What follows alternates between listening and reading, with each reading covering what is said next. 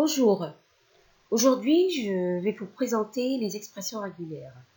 Une expression régulière représente un langage régulier. Il y a plusieurs types de langage, on verra ces types, et les langages réguliers particulièrement sont représentés par des expressions régulières, mais on peut aussi les représenter autrement par une propriété mesurable sur des ensembles ou bien par une définition récursive. Avant de vous présenter ce que c'est qu'une expression régulière, je vais commencer d'abord par parler d'un langage. Et pour parler d'un langage, il faut qu'on parle aussi d'un vocabulaire, parce que le langage, il est construit sur un vocabulaire de base. Alors, qu'est-ce qu'un vocabulaire? Un vocabulaire ou bien un alphabet est un ensemble fini non vide de symboles. On le note généralement X. Donc, je peux avoir comme exemple de vocabulaire un vocabulaire formé par les symboles X, Y, parenthèse ouvrante, parenthèse fermante, plus étoile. Donc, sur ce vocabulaire-là, je peux construire des expressions arithmétiques manipulant les variables X, Y, par exemple. D'accord? Si X est A, B, C ou d'autres symboles, je peux avoir aussi un smile, je peux avoir une forme cubique. Le symbole, ce n'est pas un caractère, ça peut être une séquence de caractères, quelle que soit une forme géométrique, peu importe. C'est des symboles que nous utilisons pour construire des langages. Je peux avoir aussi X contenant main, if, parenthèse ouvrante, parenthèse fermante, et d'autres symboles, bien sûr, ça doit être un ensemble fini, le X. Ça vous rappelle un peu les symboles du vocabulaire du langage de programmation C, l'ensemble des mots-clés, les séparateurs, les identificateurs, les nombres réels, etc. Je peux avoir aussi un autre vocabulaire, P qui représente proposition, les parenthèses ouvrantes fermantes, l'opérateur implique et l'opérateur de négation de note. Ça, c'est un vocabulaire de la logique des propositions, d'accord? P représente toute proposition possible, et avec les connecteurs implique le note, on peut exprimer toute autre formule avec le parenthésage bien évidemment. Donc ça, c'est un vocabulaire sur lequel on peut construire un langage qui est un ensemble de formules bien formées de la logique des propositions, c'est-à-dire un ensemble de formules syntaxiquement correctes. Alors, après le vocabulaire, qu'est-ce qu'une fermeture? Soit X un vocabulaire ou bien alphabet. On note par X étoile l'ensemble de toutes les séquences finies de symboles du X. Donc X étoile représente toutes les séquences possibles sur ce vocabulaire. Qu'est-ce qu'on peut construire sur ce vocabulaire? Sachant qu'un symbole peut être répété 0 plusieurs fois. D'accord? Je prends un exemple. Si je prends le vocabulaire X, formé par XY, parenthèse, plus étoile. C'est quoi X étoile? C'est tout ça et c'est infini. Comment le construire? On construit d'abord le mot de longueur 0. Et bien dans X étoile, vous avez un mot de longueur 0. C'est un mot, bien qu'il est de longueur 0, c'est un mot, on le note par epsilon. Il sert à beaucoup de choses, entre autres à la concaténation. Donc, une chaîne concaténée à epsilon donne la chaîne elle-même. Un mot concaténé à epsilon donne le mot lui-même. Donc, un ensemble qui contient epsilon, ce n'est pas un ensemble vide, mais c'est un ensemble qui contient un mot vide. C'est un mot de longueur 0. C'est une chaîne de longueur 0. Après, on construit toutes les chaînes de longueur 1. Par exemple, là, on a X, Y, parenthèse ouvrante, parenthèse fermante, plus étoile. Ce sont toutes les chaînes de longueur 1. Ensuite, toutes les chaînes de longueur 2. Là, je n'ai pas tout donné. J'ai donné quelques chaînes de longueur 2.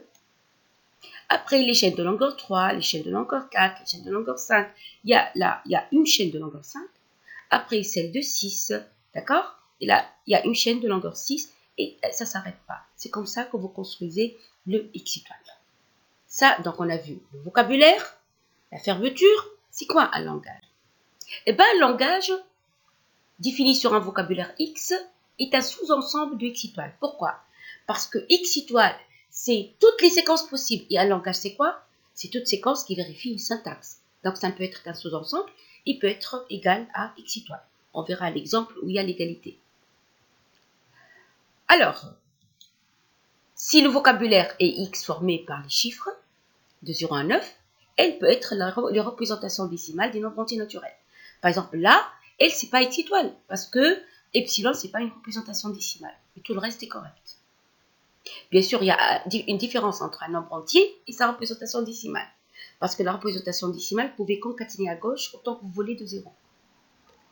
Si le vocabulaire est x1, x2 plus étoile, parenthèse, elle, c'est l'ensemble des expressions arithmétiques parenthésées, manipulant les symboles de ce vocabulaire. Bien évidemment, avec les parenthèses. Bien évidemment, là, c'est pas x étoile. Par exemple, x1 plus parenthèse étoile plus, c'est une séquence de x étoile, mais ce n'est pas un élément du langage, parce que le langage respecte une syntaxe. x1 est un élément du langage, x2 est un élément du langage.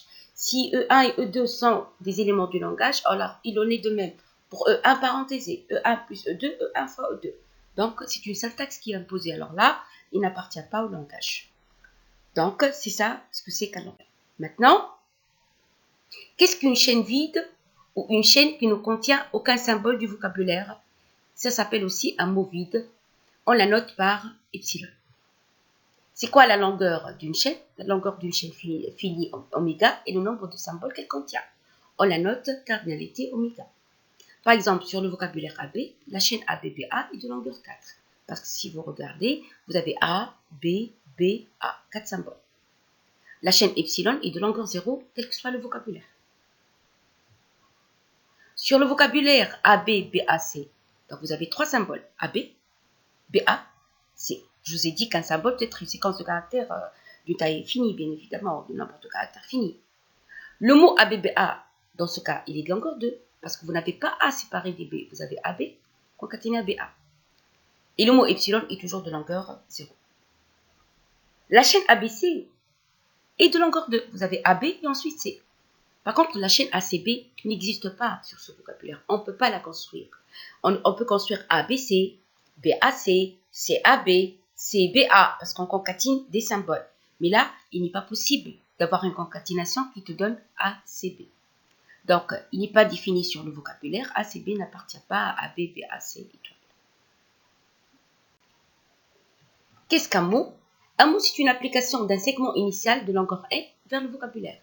Donc, oméga i, donc oméga, ça va être oméga 1, oméga 2 jusqu'à oméga n. Et oméga i, c'est quoi? C'est l'image de i dans le vocabulaire. Je prends un exemple. Sur le vocabulaire x formé par AB, le mot ABBA est de longueur 4. Le oméga 1 est A, le oméga 2 est B, le oméga 3 est B et le oméga 4 est A. Sur le vocabulaire x1, x2 plus étoile, parenthèse, parenthèse, quels sont les oméga i de cette expression? Eh bien, oméga 1, c'est la parenthèse ouvrante, oméga 2, c'est x1, oméga 3, c'est étoile, oméga 4, c'est la parenthèse ouvrante, oméga 5, c'est le x2, oméga 6, c'est le plus, oméga 7, c'est le x1, oméga 8, c'est parenthèse ouvrante, oméga 9 est la parenthèse ouvrante aussi. Fermante aussi, plutôt. Donc, on a parlé de chaîne, ok, sur un vocabulaire. Quand on parle de langage, un élément du langage, c'est un mot. Mais la longueur est toujours avec le même principe. La longueur d'un mot oméga est le nombre de symboles qu'il contient. On le note de la même manière. Si vous prenez le vocabulaire x, c'est x1, x2, plus, étoile, parenthèse, parenthèse. La longueur de ce mot est 9. Si vous prenez le vocabulaire AB, la longueur de ce mot est 4.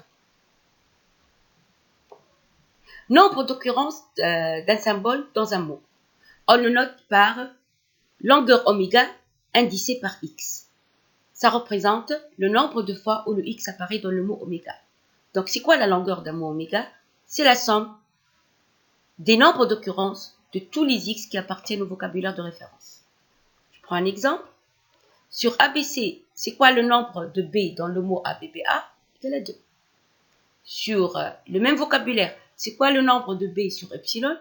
Dans le mot epsilon, c'est 0. De toutes les manières, le mot epsilon est vide. Pour tout symbole, le nombre d'occurrences est 0. Maintenant, la longueur de ABBA, c'est la somme sur les x appartenant à ABC des nombres d'occurrences de x dans le mot ABBA.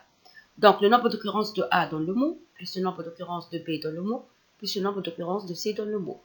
Donc, le nombre de A, c'est 2, le nombre de B est 2, mais le nombre de C est 0. La somme fait 4. Donc maintenant, on a vu ce que c'est qu'un langage. Un langage est construit sur un vocabulaire. Il est contenu sur la fermeture de ce vocabulaire. Donc, un langage, c'est une séquence de symboles du vocabulaire qui respecte une certaine syntaxe. Nous allons voir 3 classes de langages, les langages réguliers, les langages hors contexte et les langages dépendants du contexte. Et pour chaque langage, nous allons voir la représentation, le processus de représentation, Le processus de reconnaissance, ça veut dire comment vérifier qu'un mot fait partie d'un langage, autrement dit, comment il est syntaxiquement correct. Et le processus de génération, ça veut dire comment générer tous les mots d'un langage.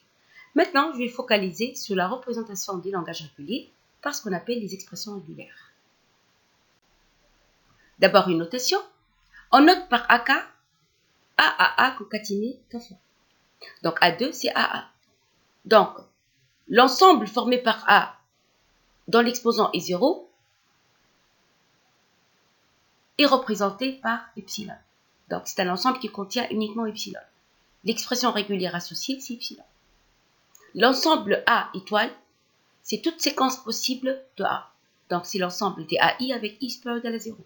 Donc, séquence de longueur 0, séquence de longueur 1, séquence de longueur 2, séquence de longueur I, et c'est infini. L'expression régulière associée est A étoile, sachant qu'on peut avoir d'autres expressions. Mais ça, c'est une expression.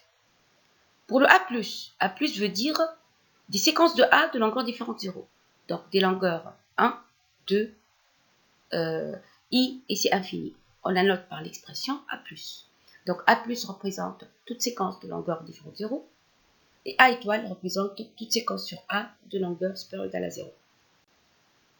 Je prends quelques exemples d'expressions régulières et après, je vous donne la définition. Si je prends l'expression A étoile B étoile, ça veut dire quoi? Je concatine A étoile à B étoile. Donc, cette expression représente toute séquence de A suivie d'une séquence de B, sachant que toutes les deux peuvent être vides. Donc, c'est l'ensemble des AI avec I supérieur ou égal à 0 concatiné à l'ensemble des BJ avec J supérieur ou égal à 0. AI dénote AAA, IF. Cette concaténation, qu'est-ce qu'elle va donner? Elle va donner l'ensemble des AI BJ avec I supérieur ou égal à 0, J supérieur ou égal à 0. Là, si vous remarquez, s'il y a des A et des B, les A précèdent les B, sachant qu'on peut ne pas avoir des A et on peut ne pas avoir des B, parce que le I peut être égal à 0 et le B peut être égal à 0. Mais une fois il y a les deux, les A précèdent les B. Donc, IA, AAA, I fois, concaténé à JB, BBB, J fois. A étoile, B étoile, quel est le contenu du langage représenté par cette expression? C'est cet ensemble-là, d'accord, qui est infini. Donc, tous les mots de longueur 0, il n'y en a qu'un seul mot. Toute séquence de longueur 1, il n'y en a que 2, A, B. Toute séquence de longueur 2, mais qui respecte la contrainte, les A précèdent les B. Si vous remarquez là, j'ai le AA et le AB, mais je n'ai pas le BA. D'accord? Mais il manque quand même le BB. Là, il faut ajouter le BB. Ensuite, vous avez toute séquence de longueur 3. AAA, AAB, ABB, BBA, BBB plutôt. Mais je n'ai pas BBA par exemple.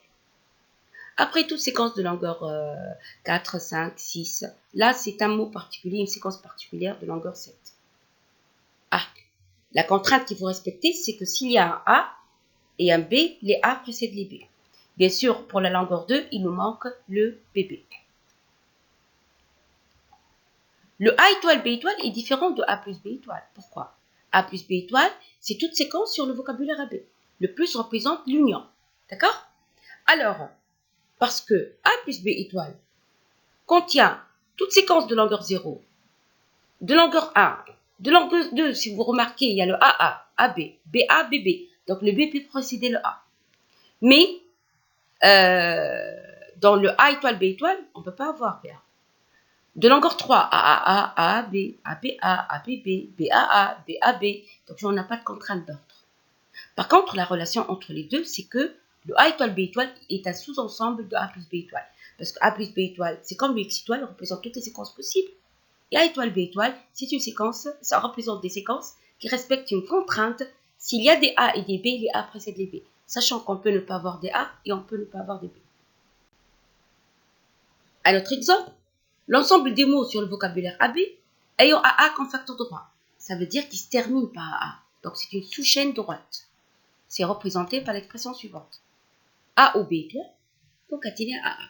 Donc, toute séquence sur AB, mais à la fin, vous avez A suivi de A. Donc, deux symboles. Exemple de mots, vous pouvez avoir AA tout seul. Vous pouvez avoir BAA. L'essentiel, c'est terminé par AA. Et vous pouvez avoir que des A aussi. BA, BAA.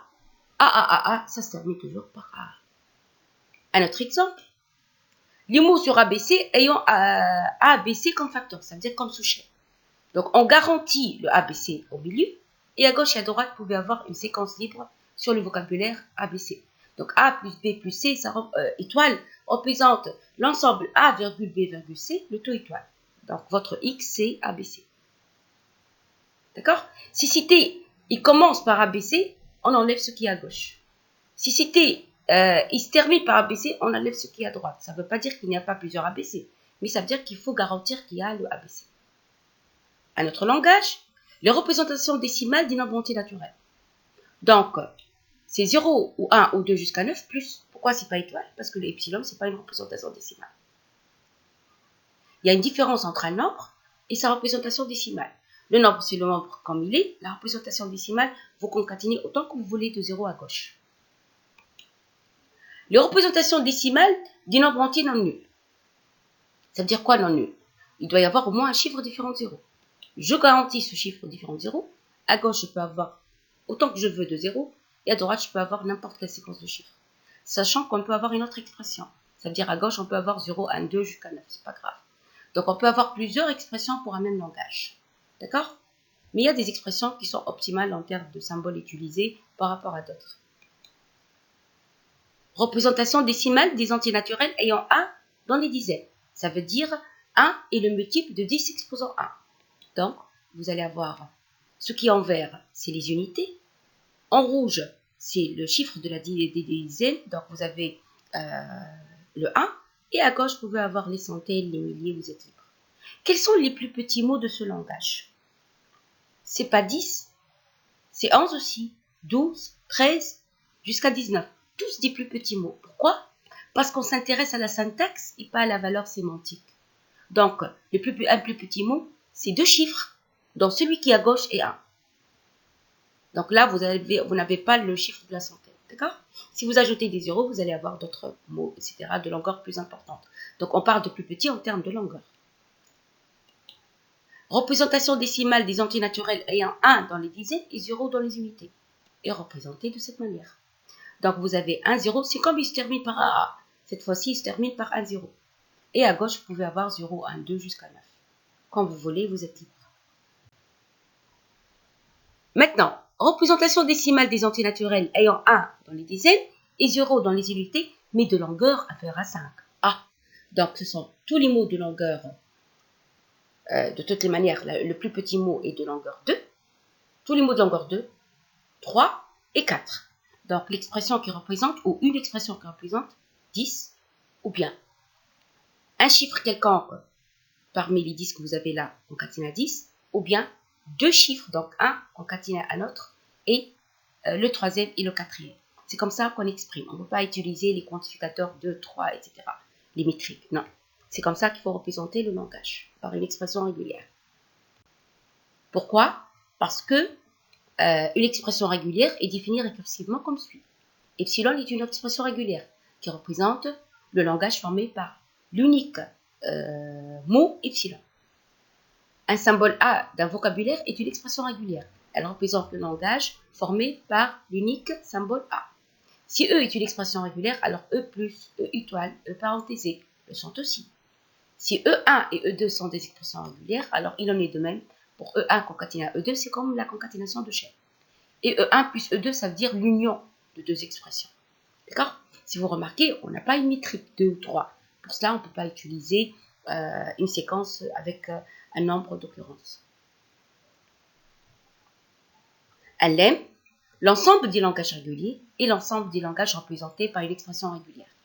Donc, de là, on peut déduire que un langage est dit régulier s'il existe une expression régulière qui le représente. Il n'y a pas que ça. Un langage est dit régulier s'il existe un automate fini qui l'accepte, on le verra, ou bien une expression régulière qui le représente, ou bien une grammaire régulière qui le génère. Et on verra, donc, tant qu'il y a cette équivalence, on va voir comment on peut passer de l'expression à l'automate, de l'expression à la grammaire, de la grammaire à l'automate, de l'automate à l'expression, etc. Il y a des langages qui ne sont pas réguliers. Lesquels? Ce sont les langages non contextuels qui ne sont pas réguliers, qui ne contiennent pas les langages réguliers, ou les langages dépendants du contexte. Un exemple de langage non régulier, c'est l'ensemble des ANPN avec n supérieur égal à 0. Ça, ce n'est pas un langage régulier. On ne peut jamais trouver une expression régulière qui le représente. Parce que le n est infini.